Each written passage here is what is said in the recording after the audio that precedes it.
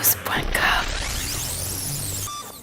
Salut à tous, cette semaine c'est un do it yourself spécial luminaire que je vous propose et plus particulièrement une lampe pour la chambre de vos enfants. Moi j'avais beaucoup de mal à trouver un luminaire original, une lampe originale pour la chambre de ma fille. Elle a 6 ans, je trouve qu'on a souvent des lampes qui font un peu bébé ou alors c'est tout de suite des lampes adultes on va dire. Et il y a une inspiration sur le net qui m'a toujours beaucoup plu, ce sont ces lampes avec une accumulation de jouets. Je l'ai vu en version garçon avec des petits soldats, avec vraiment les jouets de garçon, mais je ne l'avais jamais vu en version fille. Donc le principe est très simple, vous allez devoir trouver un pied de lampe si possible assez fin et donc ce pied de lampe vous allez bien le nettoyer, bien le dépoussiérer. Et ensuite, il s'agira de coller au pistolet à colle toutes sortes de petits personnages.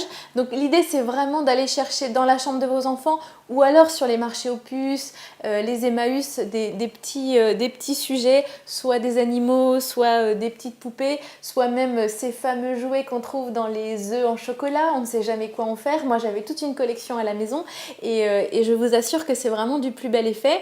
Et donc l'idée, c'est de partir avec les plus grands au niveau de la base. N'hésitez pas à bien en coller et appuyez légèrement, faites une légère pression sur le jouet pour que ça tienne.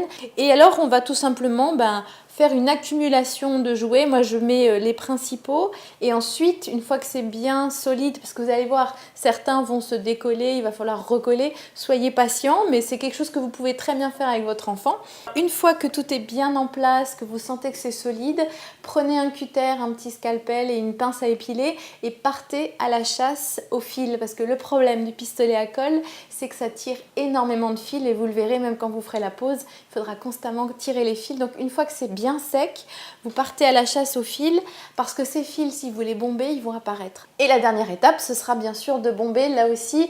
Comme toutes les opérations de peinture en bombe, n'hésitez pas à faire plusieurs couches fines pour éviter les coulures. Et voilà donc le résultat. Moi je mettrai en dernière opération encore une couche de vernis pour être certain que tout soit bien protégé.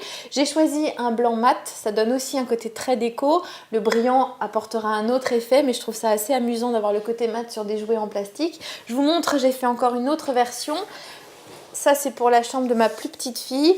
Voilà, là c'est un univers un petit peu plus épuré, mais je trouvais ça rigolo d'avoir juste la famille éléphant, voilà, sur une lampe en céramique qui était usée et qui du coup retrouve une nouvelle jeunesse. Voilà, j'espère que ce tuto vous aura inspiré. N'hésitez pas, laissez-moi des messages sur nos réseaux sociaux, sur le site internet gnous.com sur lequel j'ai mis plein de détails et de photos de ce tuto.